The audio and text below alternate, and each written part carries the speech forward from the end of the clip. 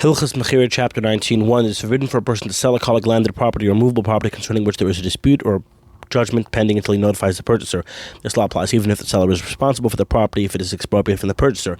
The rationale is that the person does not desire to pay money for an object and then be forced to enter into litigation concerning it because he is being sued by others too.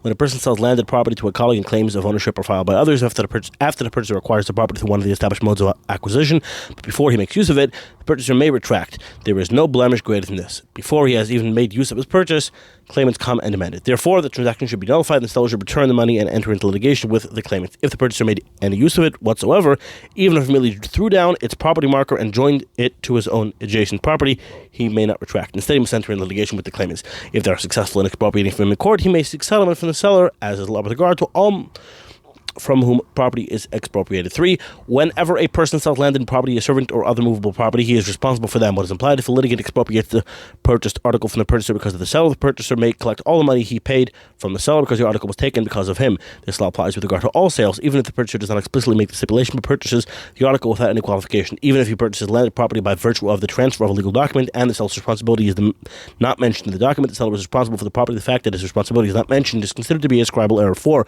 When does the above apply? When the purchased article was expropriated from the purchaser in a Jewish court. For example, the purchased article was movable property and was proven that it was obtained by theft or robbery, or landed property was taken by robbery, or a creditor of the seller came and expropriated from the purchaser. All the above applies if the expropriation was dictated by a Jewish court. If, however, a Gentile expropriates the purchased article from the purchaser, whether through an edict of the king or through a secular court, the seller is not responsible for the article. Although the Gentile claims that the seller stole this article or robbed him of it and brought witnesses to that effect, the seller was not liable at all for the expropriation of articles by Gentiles considered to be beyond the seller's control, and the seller is not liable for losses that are beyond his control. 5. When a person sells landed property to a colleague and the seller makes a stipulation to reimburse the seller for any loss of his property due to the factors beyond his control, he is liable to pay even if Gentiles come and seizes by force the property due to the seller. If, however, a stream that was watering the field dries up, the flow of a stream deviates and makes a portion of land into a pool, or an earthquake comes and destroys it, the seller is not liable for matters that of this nature are both beyond one's control and infrequent. It would not have occurred to the seller to think about such an abnormal matter at a time when he made the stipulation. Similarly, any other factor beyond one's control that is abnormal is not included in this stipulation. 6. The same principle applies with regard to any condition that is made with the money with regard to monetary matters. We analyze the intent of the person making the stipulation. We include within its scope only matters that are well known that we would assume to have been taken in within the stipulation because they would have been in the mind of the person making the stipulation at that time. 7. An incident occurred concerning a person who hired sailors to transport sesame seeds to a certain place. He made a stipulation with them that they are responsible for any loss that occurs because the factors beyond the control until the sesame seeds reach their destination, and then the river on which they were expecting to transport the cargo ceased flowing. As I said, this is an abnormal factor beyond the control. They are not likely to transport the sesame seeds on an animal to that place. Similar principles apply in all analogous situations. 8. When a person sells landed property to a colleague and the seller explicitly stipulates that he is not responsible, the seller is not held responsible. This applies even if it becomes known with certainty that property was stolen and that it is expropriated from the purchaser. Nevertheless, needless to say, should a creditor of the seller come and expropriate it from the purchaser, the seller was not liable to reimburse him for any stipulation that was moved with regard to financial matters is binding. 9. The following will apply when Reuven sold a field to Shimon without taking responsibility for it, and Levi comes and expropriates from Shimon based on a claim against Reuven. If he desires, Reuven can enter into litigation with Levi. Levi can protest, "What business do I have with you? Do you and I have together? You have no responsibility to the property." Reuven will tell him, "I do not want Shimon to have any claims against me, for he has lost money on my account." 10. The following will apply when Reuven sold a field to Shimon without taking responsibility, and then repurchased it from him, requiring Shimon to take responsibility. If a creditor of Reuven comes to expropriate the field from him, he may not require Shimon to pay for it. Although he did not accept responsibility when he sold to Shimon, he took responsibility with regard to himself, and he should not be the seller, and then he should not be the seller, and then expropriate the property himself. If, however, a creditor of Jacob, their father, comes and expropriates the property from Reuven, Reuven may demand payment of the entire worth of the field from Shimon, for Shimon accept responsibility for the field when he sold it back to Reuven, or Reuven did not accept any responsibility for others when he sold it to Shimon. Mechira, Chapter 21. The following will apply in a situation to be described. The person wanted to purchase an article from a colleague. The seller said, "I will sell to you for 200 zuz," but the purchaser said, "I will not purchase it from you for more than a month," which is 100 zuz. They each returned home. Afterwards, they came together again. The purchaser took the possession of the article by Mashicha without making any further statements. If it was the seller who made the proposition to the purchaser and gave him the article, he is required to pay him only money. If, however, it was the purchaser who performed Mashicha without making any further offers, he is required to pay 200 zuz.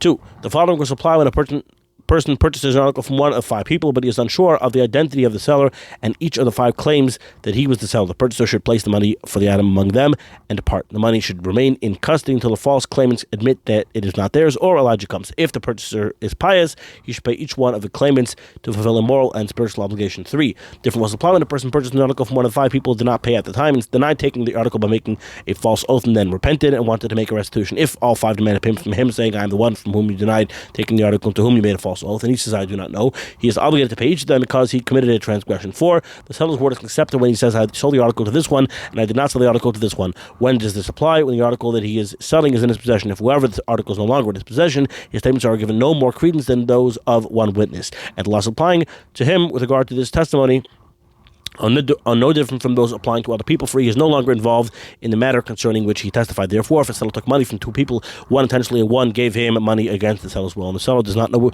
the identity of the person from whom he took the money intentionally and that of the person who gave him money against his will, there is no testimony at all.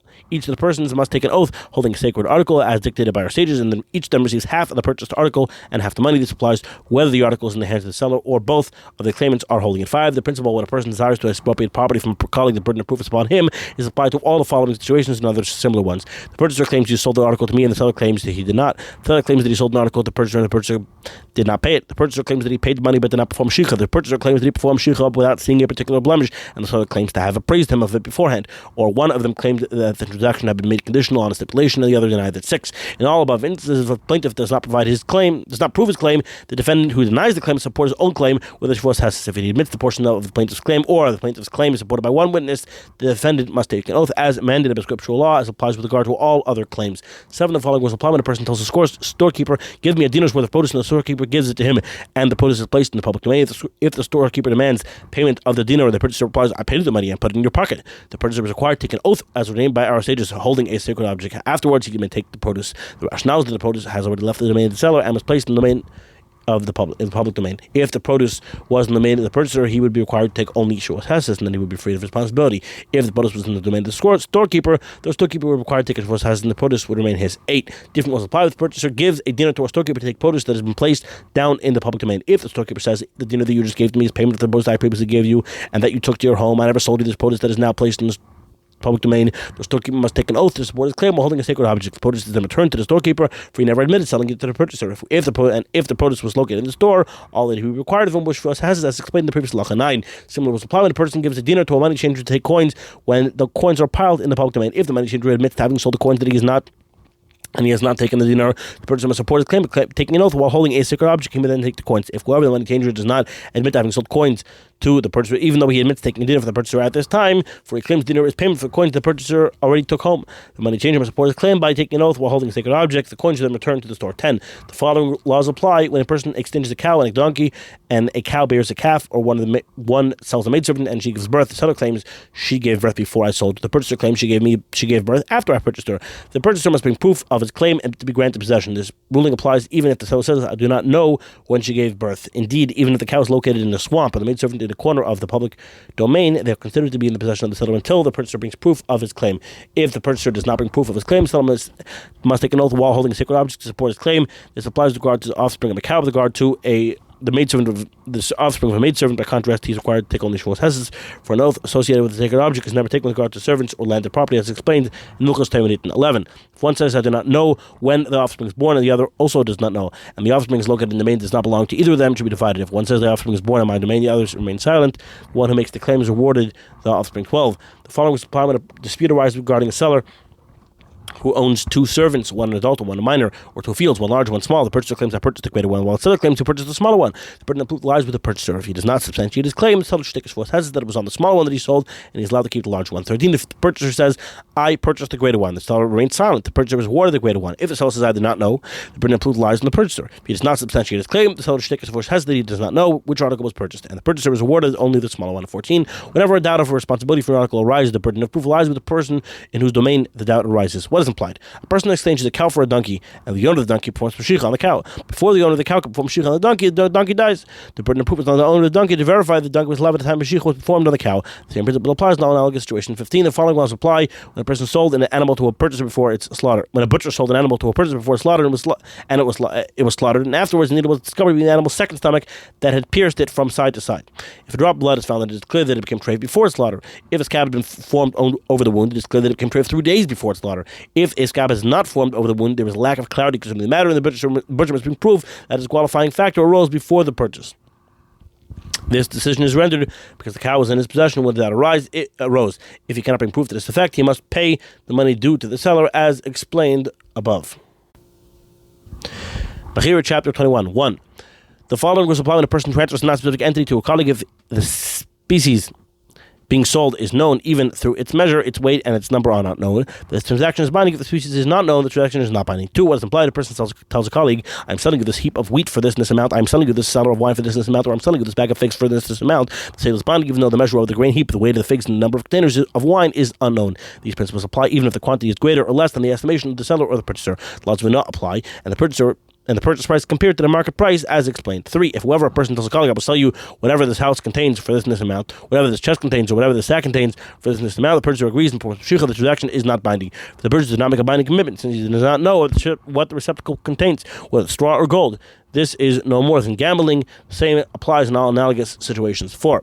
Similarly, if a person tells a colleague that he is selling him wheat for 10 dinarim, but does not stipulate how many he is selling him, he must give him an amount of wheat equivalent to the market price at the time of the sale. Should either of the parties retract after the money has been paid because they do not agree to the market price at the time of the sale, the party must receive the adjuration of Mishapara as explained. 5. When a person sells a property to a colleague to build a house or a barn for cattle, he should give him a place 4 cubits by 6 cubits. Similarly, when a person agrees to build a wedding home for a colleague's son or a home for a widowed daughter, he should build him a home of this size. Yikes.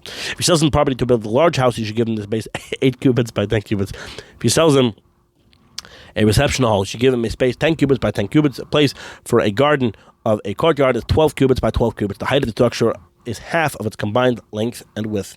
6. Similarly, when a person sells a property to a colleague for a family burial plot, if a person agrees to prepare a burial plot for a person, he should prepare a crypt beneath the earth and prepare for 8 graves, 3 on one side, 3 on the other side, and 2 opposite the entrance to the crypt. The measure of the crypt should be 4 cubits by 6 cubits, and each grave should be 4 cubits long, 6 handbreadths wide, and 7 handbreadths deep. Thus, there should be a cubit and a half between each grave on the sides, and 2 cubits between the graves opposite the entrance. 7. When a person sells a colleague a place in his own field to make an irrigation ditch to water a parched field, he must give him a ditch 2 cubits wide with a cubit on each side for its banks. If he sells him a place for an irrigation ditch that uses a pipe, he must give him a ditch that is a cubit wide with half a cubit on each side for its banks. 8. The seller may plant trees on his land at the banks of the ditch, but he may not sow grain. Therefore, grain weakens the land and damages the irrigation ditch. Should this land at the banks of the ditch become washed away, the purchaser may replace it by taking from the earth in that field. For the seller's acceptance that the fact an irrigation ditch will pass through his field is conditional to this stipulation. 9. The following was applied when a person sells a colleague a path in his field. If he sells him a path for one person, he must give him a path for 2.5 cubits wide so the donkey and its burden can pass on this path. If he sells him a path that leads from one city to another, he must give him a path that is 8 cubits wide. If he sells him a path for use as a public thoroughfare, we should give him a path that is 16 cubits wide. 10. A path for a king and a path to a grave have no limits. It appears to me this is considered as if one sells an object whose species is not identified, in which instance the transaction is not binding. 11. If a person sells a colleague a place for relatives to stand and to eulogize the person who passed away, he must give him a place large enough to sow 4 kabim of grain.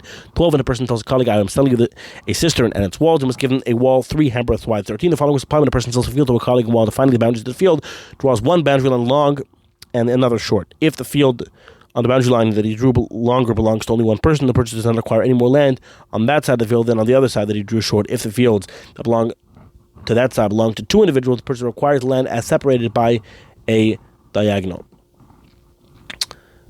The diagonal divides between the portion the seller wishes to retain and that which he is selling. Okay. 14. If the fields on the east and the west belong to Reuven, and those on the north and south belong to Shimon, then when drawing the map, the seller must write the boundary of Reuven on both sides and the boundary of Shimon on both sides. 15. If the seller drew 3 boundary lines but did not draw the 4th, the purchaser acquires the entire field. With regard to the 4th boundary, however, he does not acquire it. The 4th boundary is included within the other boundaries and is not is designated by a row of palm trees and is not large enough for 9 kabim of grain to be sown within, the purchaser also acquires the fourth boundary. If it is not included within other boundaries and it is designated by a row of palm trees or is large enough for 9 kabim of grain to be sown within, the purchaser does not acquire the fourth boundary if it is included within the other boundaries, but it is designated by a row of palm trees or is large enough to sow 9 kabim of grain to be sown within, or it is not included within other boundaries. But it is not designated by a row of palm trees, nor is it large enough for 9 kabim of grain to be sown within. The matter is entrusted to the court, and they divide in the matter which they see fit. 16. If the seller designates only the corners of the property without designating the entire boundary line in each direction, or he designates 2 corners of an L shape, or he designates certain portions of it in each direction, the purchaser does not acquire the entire property. Instead, he acquires only the portion the seller transfers to him, and the portion granted to him by the judge. 17. If a person tells a colleague a bayit in a larger building, although he drew for the purchaser's external boundaries of the entire building, and there are some who would call the entire building a bayit, the purchaser requires only the apartment. He merely made the boundaries appear larger. Had he sold the entire building, he would have written in the deed of sale, I did not retain ownership of anything in this sale. Similarly, when a person sells a field in a large valley, although he drew the boundaries of the entire valley, he merely made the boundaries appear larger. 18. When a person tells a colleague, I am selling you the field, we interpret this intent to be the very minimum that would justify the plural term 2. If he tells him all my fields, then all his fields, even 3 or 4, are required by the purchaser with the exception of gardens and orchards. If he tells him my property, even his gardens and orchards are sold. If he tells him all my property, everything he owns, even his servants, his buildings, all the movable property that he's known to me, including even the tefillin he wears on his head, are encompassed in a sale. 19. When a person tells a colleague, I'm selling one of my homes or one of my oxen, he's required only to give him the smallest one. If one of the oxen dies or one of the homes collapses, to tell him to show the purchaser the one that died or collapsed and tell him that it is his. For the claim of the person possessing the deed of sale, considered as a disadvantage. 20. When the person tells a colleague, I am selling you a field from the house of Chia, and he possesses 2 fields that are described in this manner. The purchaser requires only the lesser one.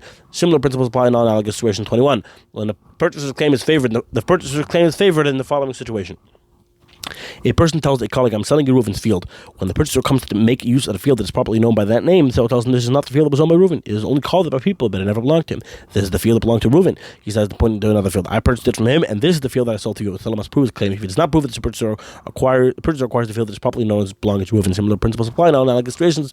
We follow the name that is universally accepted. 22. When a person tells a colleague, I am selling you half a field, we should evaluate the worth of the entire field, and the seller should give a purchaser a portion with half the value of the entire field from its lesser portion. Similarly, when a person tells a colleague, I'm selling you the southern half of a field, we should evaluate the worth of the entire field, and the seller should give the purchaser a portion with half of the value of the entire field from its southern half. Implicit in such an agreement is a commitment by the purchaser to make a place for a fence in his portion, including a small trench 3 handbreadths wide beyond the fence but close to it, and a larger trench 6 handbreadths wide outside the fence, and to leave the width of a handbreadth between the 2 trenches. All this necessary to prevent a marten or the like from jumping from one field to the other. 23. The following was applied when a person owns half a field.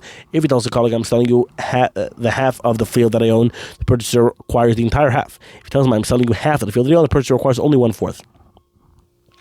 The following rules apply when a seller tells a purchaser these are the boundaries of the field from which a portion is divided, is separated, or is portioned for you. If he doesn't, and these are its boundaries, the purchaser requires half. If he does not specify his boundaries, the purchaser requires merely a portion on which he could sow 9 kabim.